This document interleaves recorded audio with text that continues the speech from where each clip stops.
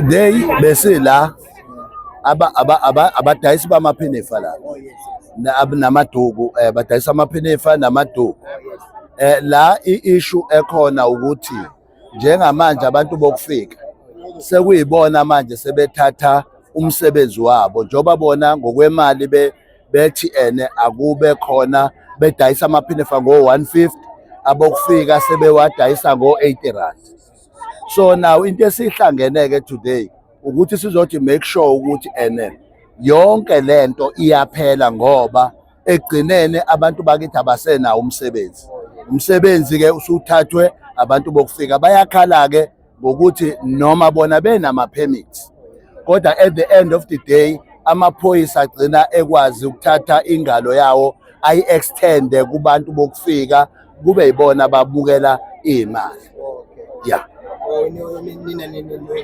MK Labour Desk nama lawyers i-Alkebi.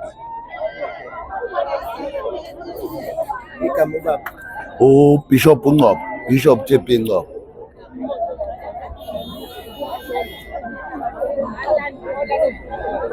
Okay, now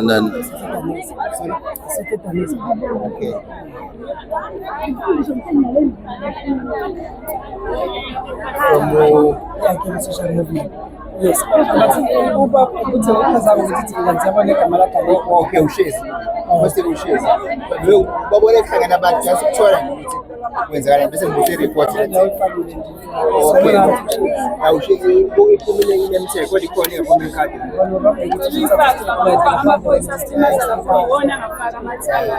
La bakazisa sama grievances abantu abathi kune league la yamaphoyisa nama foreigners. Yes. Ababithi lapha.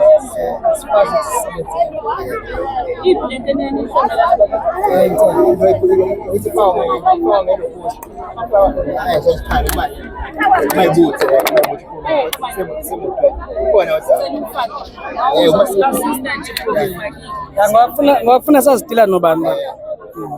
Bathi mina inkinga manje angivumelekile phela ukukhomba ngikwa communications angikwazi kuphela into yokuthi no ngiunderstand ile nto yokuthi igcinene awumsebenzi kanje ufuna sikwazi ukuthi uyiphoyisa right futhi kwicapacity yakho ngokomsebenzi awuzili because I understand not inkinga ke siliyo kodwa ke no hayi it's fine angishayisa ngithi siyacela ukuthi ukulungise baba ukufake la sibonge siyacela.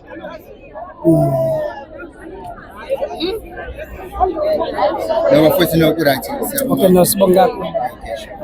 Okay siya lapha ke manje thina lapha ku India ngithe yini Makatini kuphi Makatini akuphethe